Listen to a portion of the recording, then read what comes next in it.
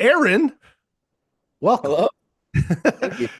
Hey, so I wanted to have an opportunity to introduce you guys and have a visit with Aaron Vasser here, part of the uh, BG and Associates brokerage team group now in Leavenworth, Kansas. And Aaron's one of the newer agents on the team and has had just an absolute killer year. And Amy, the team lead who I coach with, was just absolutely bragging about you. And I'm like, well, let's have an opportunity to visit. I want to hear all about your story, and we're gonna go. I want to go back, even before real estate, because I think there may be some people watching this that have always like looked at it, explored it, and maybe have been close to taking that step, etc. And so, share with me kind of how you got introduced to real estate, how you found the team, like what was that? Like what did you do before real estate? Just fill it. Let's go all the way back. Okay. Prior to real estate, I've done a little bit of everything. I did a lot of odd jobs throughout the years. I'd say my first real professional thing, I was an EMT with the Kansas City Fire Department. Okay. And it was funny, whenever I got into real estate, they said it's going to be kind of stressful. And I was like, okay. I mean, I've done CPR on kids and I've handled, triple shootings and multi-casualty accidents, and you got to, traverse that. You're helping somebody to walk through something that's super stressful, super scary. And so that really, those skills kind of played into this. Obviously it's not the same caliber, but you're still helping somebody. You're being a calm presence in a very stressful situation, Mm. and those skills really played into this nicely. So I did that for a while. Did it for just shy of 10 years. Loved it.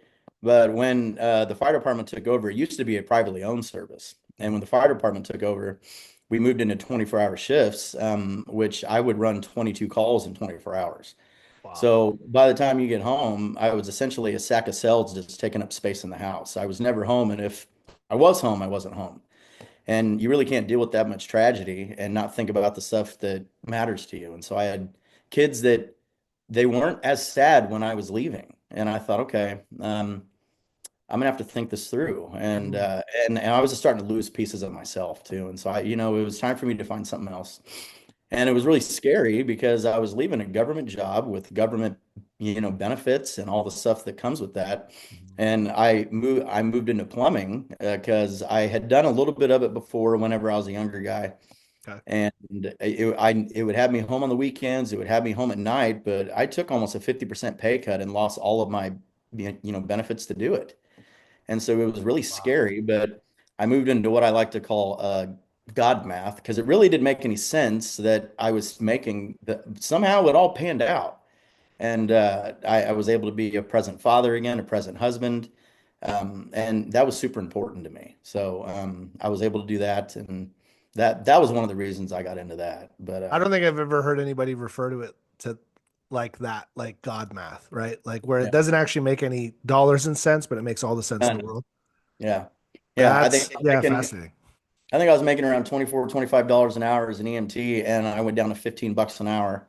I'm a single income, I'm, married, but single income family of five, and I'm Wow. supporting them by myself. And 15 bucks an hour is not going to cut it, No, but it's terrifying. it did. How is, beyond me. But and then we were in a foster care ministry for a while. We did that for about 2.5 years. And then we moved back here to be around family again. And I got back into plumbing, and I began having, for I don't know a better way to explain it other than old man injuries. And so I had kind of I've been studying real estate. I was listening to a lot of podcasts. I listened to a lot of audio books. It's something I wanted to do in the future. My, Mhm. wife and I have talked about it a lot. And so I was going to do it part time. I was going to do the plumbing during the day. I was going to, try and do the real estate thing part time. And then I got laid off 2 weeks before Christmas last year, which was super scary. And so immediately I didn't know what to do. I had to do something that was going to make me money right now while I was finishing up classes. So I was just doing DoorDash and Uber Eats. And Wow. I would start about 5, 6 in the morning, and I was doing that till about 11, 12 o'clock at night. Because if you're going to feed your family, a family of five, and a mortgage and a car payment, you're going to have to do a lot of it. But kind of the secret part of it was that I was able to learn my area here because I hadn't lived in this town for long. And so Okay. I've been up and You down get to see almost everything. yes, I've been up and down almost every street in this town. And then I also, when I got into the agency, I was able to open doors for some of the other agents. So while I was learning the city, I was learning client interactions, and I was getting, $25 a pop to do that. But it all added up, and I was able to, pay the bills. And so what I was going to do part time, it ended up being full time. So did you know Amy before you got your license, or were you getting licensed and then started reaching out to different teams and brokerages? How did that come about? So when I was talking about getting into it, we our community here has been bringing a lot of people to the area, church community. There's a lot of folks that are coming here, and we wanted to be helpful to that. That was one of the reasons that I got into it. So I called a guy, Chris Carpenter, who works for Keller out in Moscow, Idaho. Okay. And I had called him and talked to him, and I kind of asked him the path that he took, and he actually suggested Keller. He said they have good teams, Mhm. that would be a good spot for you to start. And I said okay, and so I just got online and looked for a local, Keller. I found Amy. I spoke to her. I called her, and I got a cat climbing on my table. Ridiculous. So I called her and talked to her, and she was super helpful. She actually pointed me to the school to go to. So I got the license, and I told her I was going to do it part time. But whenever I got laid off, I said I think I'm pushing all my chips in the middle of the table here. And yeah, yeah. So she was just so much help. So you got licensed and joined the team right away. Yeah. Okay. And so you mentioned whenever you came on as you were as so what was that like? So you got your license, onboarding, and then you're thrown into one of the most productive teams in the city. And what was that like? It was intimidating because I was doing something obviously I'd never done, and I didn't know what to experience. I expected it was going to be a lot more cutthroat than that. I figured, there's going to be a lot of competition, and that wasn't what I experienced at all. A lot of people really just helped me in all sorts of fashions. They let me shadow them on showings. They any questions I had, there was somebody there to answer. And I heard the horror stories from other agents in that office. A lot of them came out from starting out and trying to, fly solo, or they're with the team that was not helpful. And Yeah. that's not a life that I can attest to because I never experienced it. They were helpful and have been ever since. It's been fantastic. So so you're new, you got in, you were able to like help out with some showings. Uh Walk me through some of your first transactions. How did they come about? How did you get them? And then yeah, let's kind of go from there. So my first transaction was a Zillow lead, and it was really humbling because I think it was like a 40 some odd $1,000 house. It was like a rehab thing, and I told everybody, "Hey, I'm putting it on my Facebook. I'm going to get into this." And the first thing I post is, it looked kind of like a trap house, and so Uh, everybody it was interesting. But then a guy in my church, his parents were looking for a house. And so they wanted me to sell their house and they wanted me to find them one. And the one that they sold, I think it went for like 405. And the one that they ended up purchasing was a little bit over that. And so I Good all of a start. sudden had almost $1 million under my belt. It was Yeah. amazing and it was super humbling because I mean that's a massive purchase. It's a very intimate purchase, and they didn't know me. And they allowed me to do it. So I walked through that extremely humbled to even have been allowed to be a part of that. But so those are my first three. It was really kind of two completely different ends of the Yeah. spectrum. Yeah. And so walk me through what's this year been like for you, right? So total closed units, volume, just how's your first year been? So I got numbers here. Let me pull them up here. Okay. So my first 12 months, I've had 27 deals and closed just under 7 million. So it was like 69,835. Do you have any So like actual concept to like what you just said? Do you have any perspective of what that is? no, I really Yeah. don't. I had no metric to gauge that. I mean, people said that's awesome. I Uh-huh. don't know. I had no idea what's awesome and what isn't. Yeah. So in 2024, 76% of the agents out there did less than one transaction. Wow. Yeah, I had no idea. I had no Yeah. idea. Well, and I think the shocking part about that was that I didn't have anything until May. So that was 6 months, So roughly. you did 27 transactions and just about 7 million in 6 months. Yeah, Cool. and it was insane. It was insane to me. And I only put in 6 days a week. I don't do any business on Sundays. So it was just miraculous that I did it in half the year and I did it in, 6 days a week, which is, I still can't wrap my mind around it. No, that's a pretty that's a phenomenal first year. That's really a good start, Slacker. I guess I'll have to try harder this year. So so okay, so you did your first three. One of them was relationship, one of them was Zillow. Kind of where have you seen and how have you found your business coming in and like out of those 26 transactions, just kind of um what's been kind of the path and the momentum of you picking up these deals? Some of them are team driven, relationship driven. Kind of walk me through if you kind of have an idea of ratio between the two. Yeah, I'd say this first year was probably half and half. We had, again, our, community here has brought a lot of people. And so I was able to, plug into that. My, church communities use me a lot. And so I've been able to get a lot of folks' homes there. And that's kind of scary. You take it, I mean, I take all of them seriously, but when it's somebody that you're going to see like long after this, it sits a little heavier. Mhm. And so it was intimidating to be a part of that. And so I had a lot of SOI deals, but then I just probably even mix for Zillow leads, and those seem to pan out nicely. I never really tried to convert anything like that, but I really just try to shoot up the middle. I know a lot of people get into this industry and they try to, create themselves to be somebody new, and they end up looking kind of like an avatar. And I said, I'm not going to do that. I was kind of tempted to, Mhm. if I'm going to go out and get some nicer shoes and some nicer clothes, but I thought, if you're buying a house, I don't have to convince people that there's a structure that has a wall and a roof and people sleep in it. They already know that's a thing. Mhm. Mhm. So my job is to advocate them through the process, rather than try to sell them a house.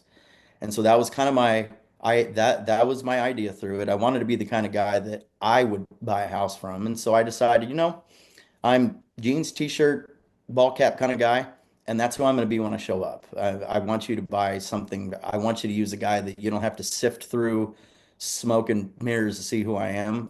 You're going to get me, and that's just how I operate.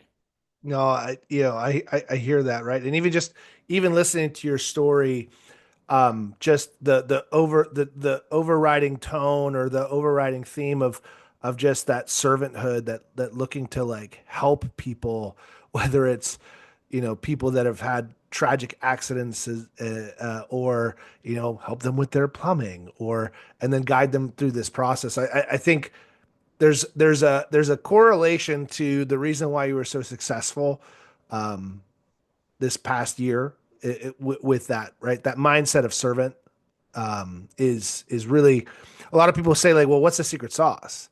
Well, it's definitely don't be salesy, which you keyed on that pretty quickly.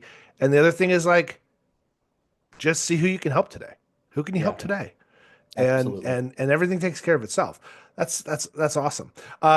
So did you start the year with any specific goals in mind? Like what was kind of like your mindset and your thought process coming into this? Or did you just like, you know what, point me in a direction, just let me rip and let's see what happens?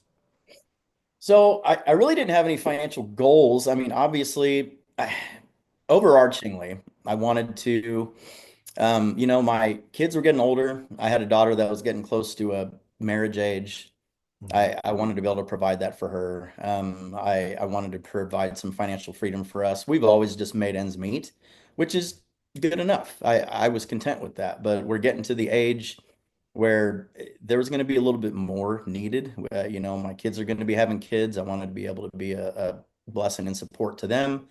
I had an aunt that took me in. If it wasn't for her, I would have been a foster kid. And so it was getting, I'm starting to move into that age where I have to start thinking about those things. If that's going to be how I'm going to support her at some point, I wanted to, be able to be a benefit to her for all that she did for me.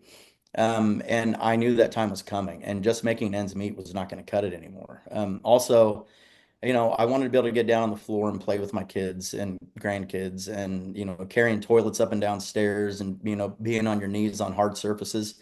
It was starting to take a toll, and I knew it was going to take more of a toll. So I wanted something that I could do into the later years.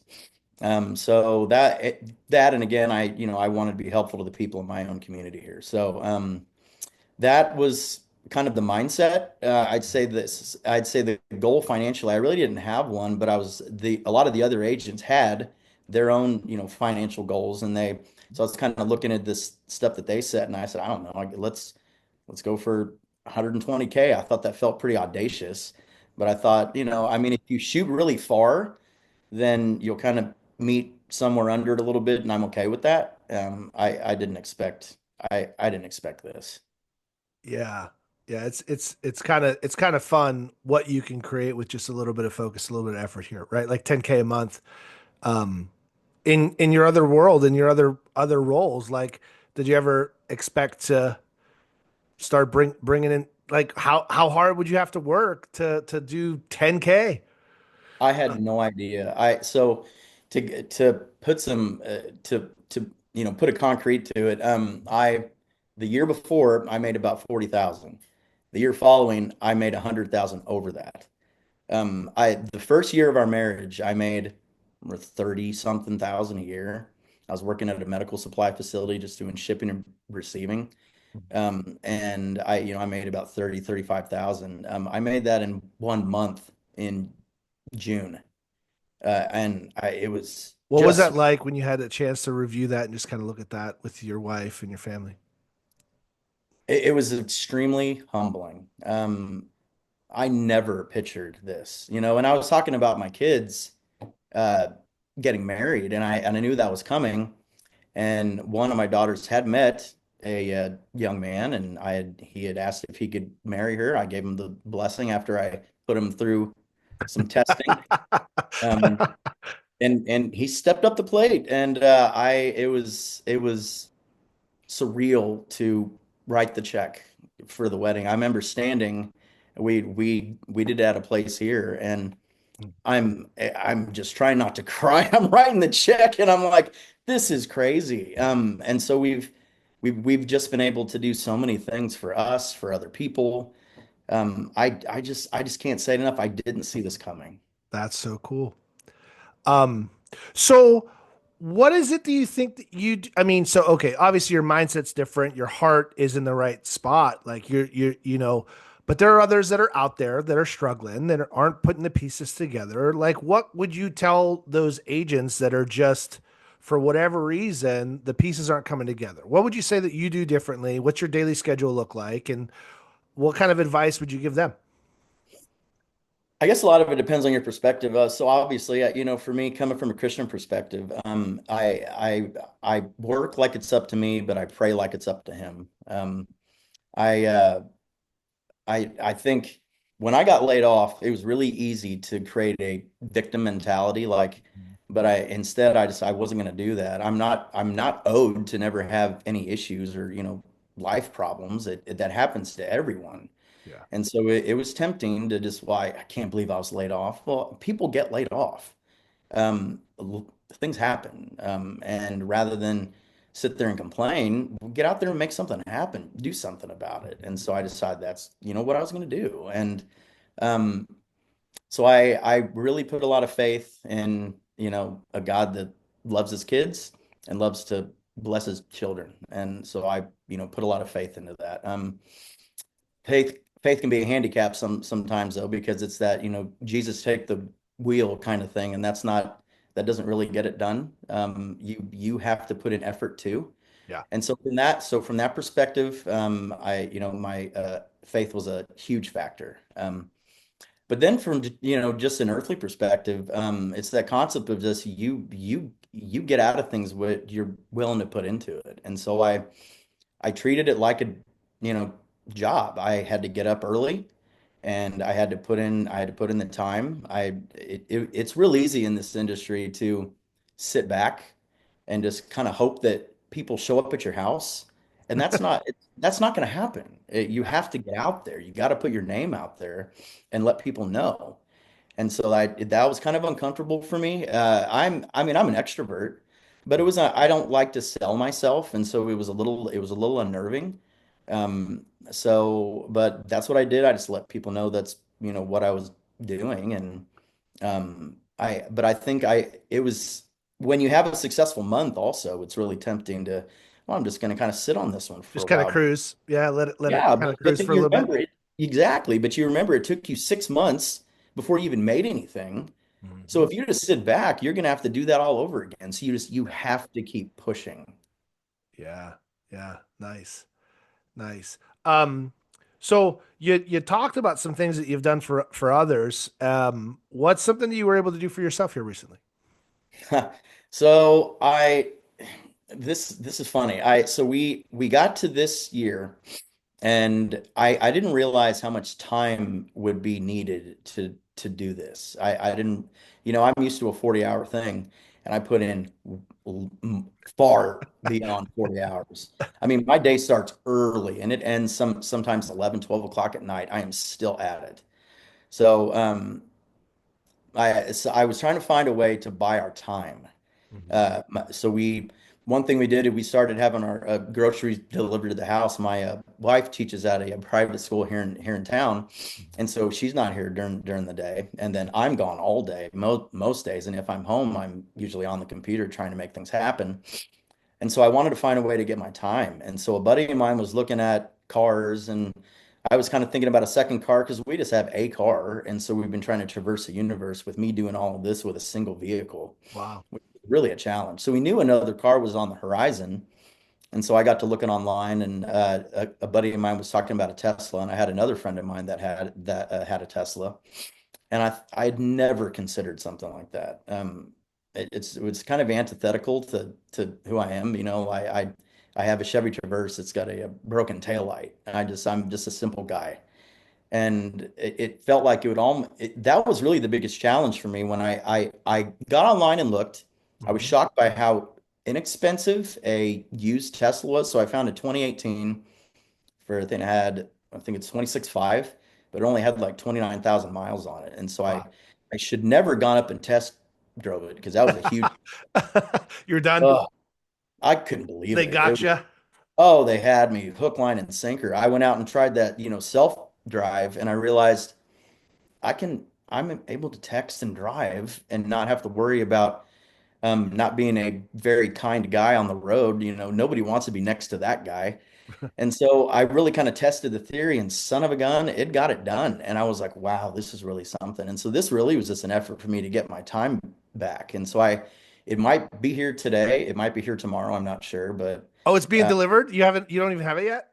no, I don't have it yet. Oh, that's so cool. That's cool. One of the things you said, which is super smart, and I just wanted to give you some credit there, is, the first thing that you realized was like time is the most important asset that you have. And, just even something like getting your groceries delivered gives you back, a couple hours a week. Yep. So yeah, good for you. That's super, super cool. So what does so now that you've had a little bit of run at it, looking ahead, what does 2025 look like for you? So our family, we got, I had a daughter get married. She moved away. She turned around and moved right back with her husband, thankfully. And so, she's pregnant due in June. My oldest daughter, Congratulations. thank you. My oldest daughter's pregnant with twins. And so she's due in March. And so by the end of now I already have a 5-year-old grandson, but, so I'll have 4 grandkids by the end of the year. So Woo! yeah, I'm super excited. So that was I get to buying my time back became even more important because I want to be a present, grandfather also. So that's going to take a lot of my time. Um, I think my financial goals, now that I kind of know what I can accomplish in a year, I'm kind of looking at around 200K this year is what I'm shooting for. Let's go. This year has started out ridiculous because it's January. It should be slow, right? Well, it hasn't been. I've already had a closing and I have 7 under contract. So I'm out of the first month of the year Let's go. and I'm I've already got 1/3 of what I completed in 6 months in the first month of the year. And so I sit back at this and I'm shocked every single day that this has panned out the way that it has. Nice work. Nice work, man. If you got a chance to if you got a chance to talk to yourself Mhm. a year and a half ago, what would you tell yourself a year and a half ago today, knowing what you know now? Um, I think I wouldn't have had so many doubts. Um, I think I've experienced throughout my life, God has been very good to us and our family. I tell people I live a ridiculous life that I do not deserve. This isn't owed to me. Um, and so I would have not doubted as much. Um, I would have set up a CPA ahead of time. I'm doing it now. Catching up. Oh yeah. Welcome to the 1099 world. Oh, it's insane. So we're meeting with a CPA not this Saturday, but the next Saturday. So I would have done that earlier. Okay. I would have thought more about boundaries around time. Like we set the Sunday thing right off the top. Mhm. But one of the challenges in this industry is that we've always had dinner at our table, and that's a time when people want to look at houses, and so I have to be flexible there. So we've created a couple nights where I cut out at 6, and I've been surprised that I was really intimidated thinking that, well, people are not going to be okay with that. That's actually not been the case. If I'm And well, honest with them up front, yeah. most people have said, I really respect that. And Yes. and so I think I would have thought a little bit more about that up front, creating boundaries and healthy boundaries. Because I do understand that in this industry, you are dealing with a very intimate purchase. You need to be flexible. I set pretty hard lines, but depending on what's going on, I understand that things have to shift a little bit. My family is extremely understanding of it, so it's been. But I think I would have thought that through a little bit more. Yeah, I'd say those are probably the two biggest things. That's fantastic. Very cool. Yeah. One of the sayings that we have around here is, we teach people how to treat us. And I people will set appointments based on what's convenient for them, but it's not that they're not willing to work with you. It's just people are always going to suggest their first choice, but they may have three options. Mhm. So if we can just say, hey, you know what, that doesn't work because I've got a hard stop at 6 o'clock. We don't have to say exactly what it is, but if they ask and you want to know, like, hey, it's we always have family dinner on Wednesdays, 6 o'clock. Um, let's go at 4. And they go, perfect, let's go. Yeah. Yeah, we can make that work. Cool. And and that's often been a hard ask for me. I tend to over explain things, and that's something I've come to terms with is that I tell, if I got something else going on, I say, hey, I have an appointment. That's it. Or I have an or appointment with my family. yes, exactly. And Yeah. and that's another thing, talking about things. I think it's been a challenge for me to it's I will schedule other people, but I didn't really schedule my family. And so putting them on that same calendar and Yeah. scheduling them with the same level of priority, and probably even more so, because I'm gonna have lots of clients. I get one shot at being a husband and a father. Yeah. Yeah. Right after this call, I get to go have lunch with my daughter who's 12 today. So Fantastic. yeah, yeah. So like I love everything that you're saying here, and it's also a huge theme in the book that I've got coming out here on the 13th. And so you'll have to keep an eye out in your mailbox. I think you got one coming your way. Uh, Excellent. I would love yeah, that. you've already got a lot of the stuff handled. But Hopefully I yeah, get a signed copy. we could probably work something out. Yeah, I probably like it. work something out.